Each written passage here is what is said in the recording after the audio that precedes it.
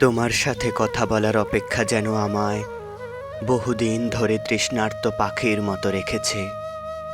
যে পাখি একটুখানি জলের খোঁজে ঘুরে বেড়ায় মরুভূমির এপাশ থেকে ওপাশ।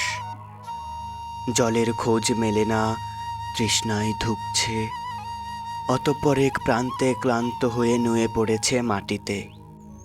আমি অপেক্ষায় থাকা সেই তৃষ্ণার্ত পাখি হয়ে ক্লান্তিতুল্য একরাশ শূন্যতা নিয়ে নুয়ে পড়ছি বিছানায়।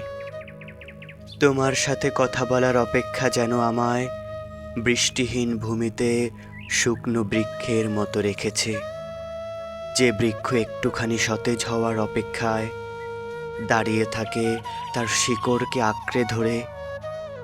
তীব্র খরায় মৃত্তিকা ফেটে যাচ্ছে, পাতাগুলি ঝরছে, তবুও দাঁড়িয়ে থাকে বৃষ্টির ফোঁটায় সতেজ হবে বলে।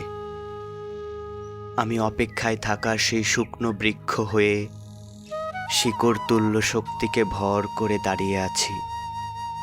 পাখি আর বৃক্ষের অপেক্ষার পর যেভাবে মেঘ আওয়াজ তুলে বৃষ্টি নিয়ে আসে, শীতল করে ভূমি, তুমি কি সেভাবে হাজারো শব্দ নিয়ে আসবে আমার কাছে? পাখিরা যেভাবে পাখা উড়িয়ে আনন্দে মেতে ওঠে, বৃক্ষরা যেমন সবুজ সমারোহে সতেজ হয়ে ওঠে, বিশ্বাস করো, বিশ্বাস করো, তোমার কণ্ঠস্বর শুনে আমি সেভাবেই আনন্দিত আর হাস্যোজ্জ্বল হয়ে উঠব।